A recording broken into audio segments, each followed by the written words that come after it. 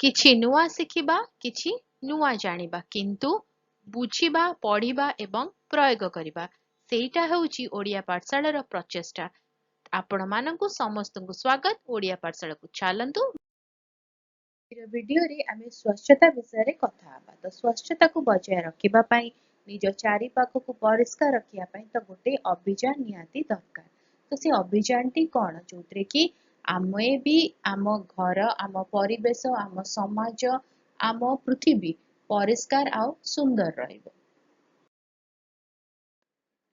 ସ୍ୱଚ୍ଛତା ଗୋଟେ ଇମ୍ପୋର୍ଟାଣ୍ଟ ଜିନିଷ। ଆଉ ଯଦି ଆମେ ସ୍ୱଚ୍ଛ ଭାରତ ଦେଖିବାକୁ ଚାହାନ୍ତି, ତାହେଲେ କଣ ଆବଶ୍ୟକ ପଦକ୍ଷେପ ନେବାକୁ ପଡେ? ସେଗୁଡିକ ହେଉଛି ରାସ୍ତା ଗୁଡ଼ିକୁ ସଫା କରନ୍ତୁ ଏବଂ ସେମାନଙ୍କୁ ସଫା ରଖନ୍ତୁ।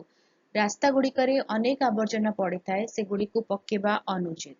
ତା ସହିତ ନିଜର ଚାରିପାଖରେ ଥିବା ଜଳର ଉତ୍ସକୁ ସଫା ରଖିବା ଉଚିତ। ନଦୀରେ, ପୋଖରୀରେ, ପାଖରେ ଥିବା କୌଣସି ଜଳରାଶିରେ ଆବର୍ଜନା ପକେଇବା ଅନୁଚିତ।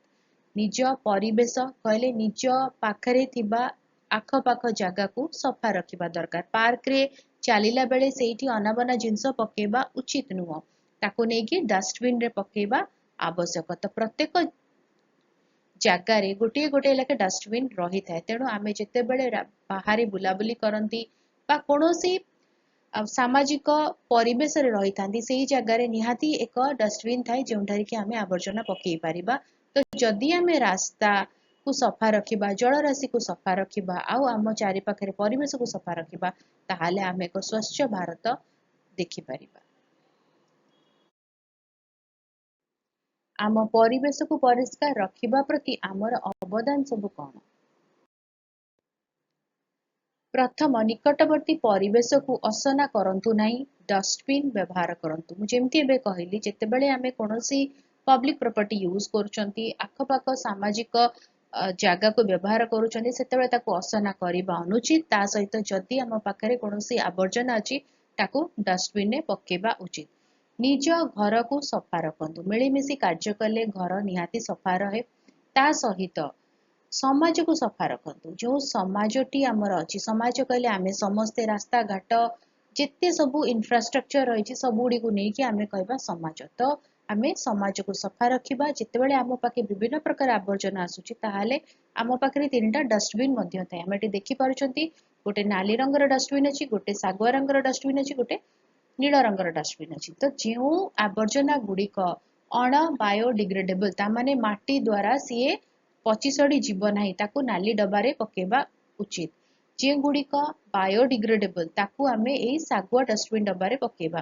ତା ସହିତ ଅଣବାୟୋଡିଗ୍ରେଡେବଲ ଆବର୍ଜନା ଆଉ ଶୁଷ୍କ ଆବର୍ଜନା ଏମିତି ବ୍ଲୁ ଡଷ୍ଟବିନରେ ପକେଇବା ଉଚିତ। ହେଲେ କଣ ହବ?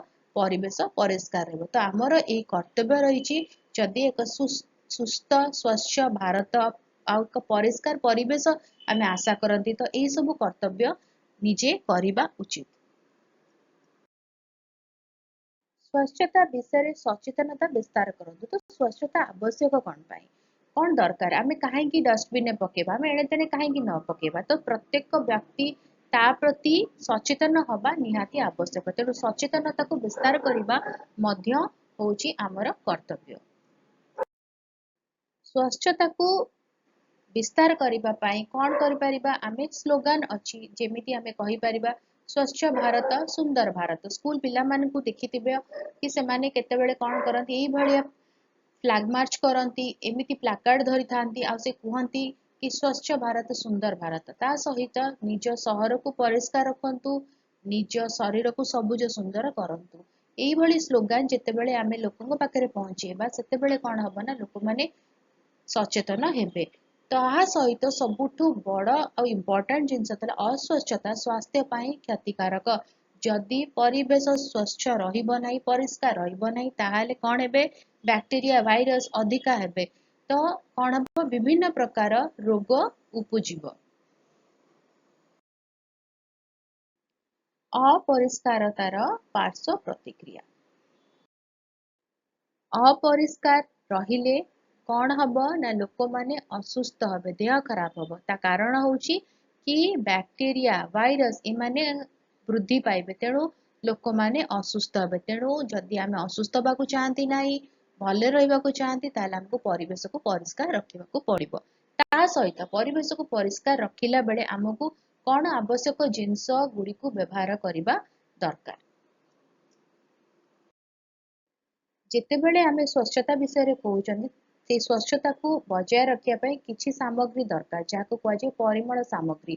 तेणु जेतेबेले आमे किछि जिनस को परिष्कार करूचंदी सेतेबेले हाथ रे ग्लोव्स पे दरकार, फिनाइल थिबा दरकार, ब्रश थिबा दरकार। एई सब जो जिनस गुडी को आमे एठी डायग्राम रे देखुचंती तो एई गुडी को कुआजे परिमल सामग्री याको सब व्यवहार करिकि हमको स्वच्छता को बजाय रखिबाकू पड़िबो।